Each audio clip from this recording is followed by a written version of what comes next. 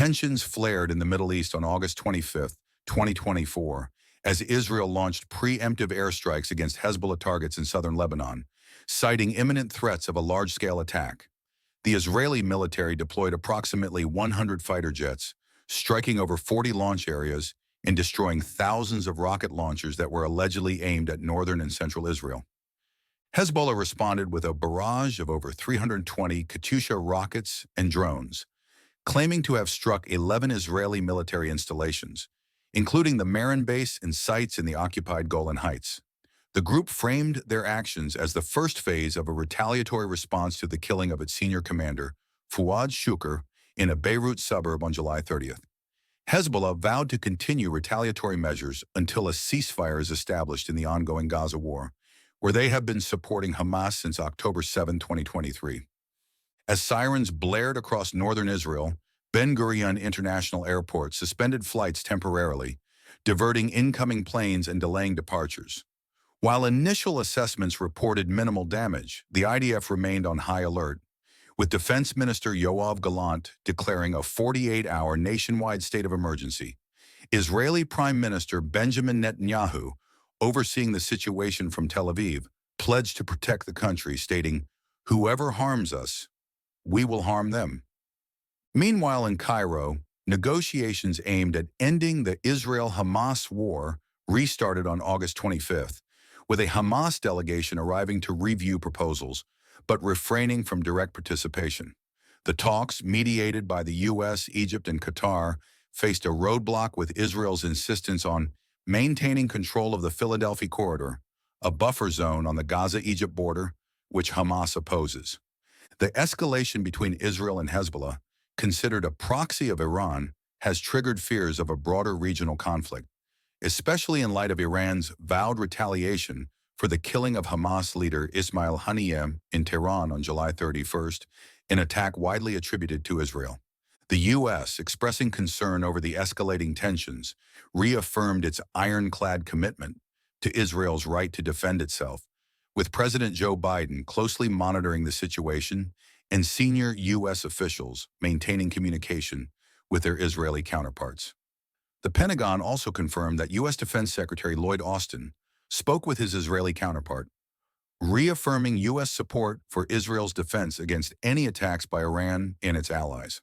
Despite the volatile situation, Israel's delegation, led by Mossad Chief David Barnea, will proceed to Cairo for the ceasefire talks, aiming to de-escalate the situation and prevent a wider regional war. Shifting focus to internal matters within Lebanon, the country faces a multitude of challenges. The World Bank has projected Lebanon's economy to contract by 0.5% in 2024, a slight improvement from the 2.6% contraction in 2023, but the country still grapples with hyperinflation, a currency crisis, and widespread poverty. Adding to the economic woes, Lebanon's central bank is virtually insolvent, with usable foreign currency reserves depleted. The Banque du Liban, BDL, has been printing money to finance government spending, exacerbating inflation.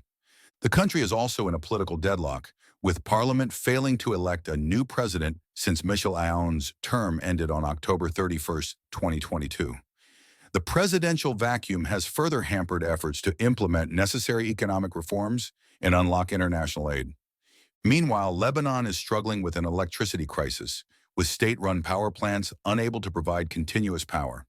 Residents rely heavily on expensive private generators, further straining household budgets. Lastly, the influx of Syrian refugees has strained Lebanon's already weak infrastructure and social services. The country hosts an estimated 1.5 million Syrian refugees, adding to the pressure on resources and exacerbating social tensions. Further compounding these issues, Lebanon's healthcare system is on the verge of collapse. A shortage of essential medicines and medical supplies has forced hospitals to reduce services and postpone vital procedures.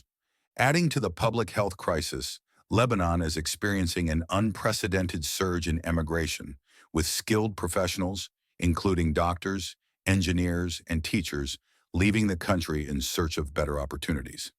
This brain drain further diminishes Lebanon's capacity to rebuild and recover. The environmental situation is equally dire. Lebanon's coastline is suffering from pollution due to untreated sewage and industrial waste, threatening marine ecosystems and the livelihoods of fishing communities. Compounding this, Lebanon is facing a waste management crisis with landfills overflowing and garbage piling up in the streets. The government's inability to find a sustainable solution has led to public health concerns and environmental damage. Finally, the agricultural sector, a once thriving industry in Lebanon, is struggling due to water scarcity, climate change, and the high cost of inputs.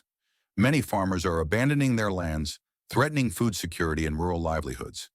The escalating security situation in the region has led several countries to issue travel warnings for Lebanon, urging their citizens to reconsider travel plans or exercise extreme caution if already in the country. The US, UK, and France have all raised their travel advisories, citing the risk of violence and instability.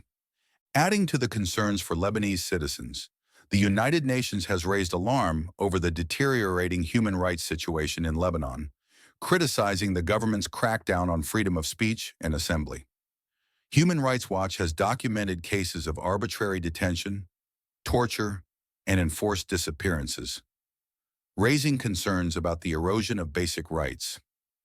The cultural sector in Lebanon, once a vibrant hub of creativity and expression, is facing its own crisis. The economic downturn and political instability have forced many artists, musicians, and filmmakers to leave the country, stifling creativity and hindering the production of art. Amidst the turmoil, Lebanon's educational system is also struggling. Universities are facing budget cuts, leading to staff layoffs and a decline in the quality of education.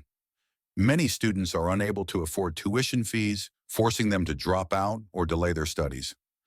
Adding another layer of complexity, Lebanon is grappling with a burgeoning drug trade, with reports of increased production and trafficking of captagon, an amphetamine-type stimulant. This illicit activity has been linked to Hezbollah, which is accused of using drug profits to finance its operations, further raising concerns about the group's expanding influence and destabilizing role in the region. The international community has expressed concern over the potential for Lebanon to become a failed state. The United Nations has called for urgent action to address the country's multifaceted crises, urging Lebanese leaders to prioritize national interests and implement crucial reforms.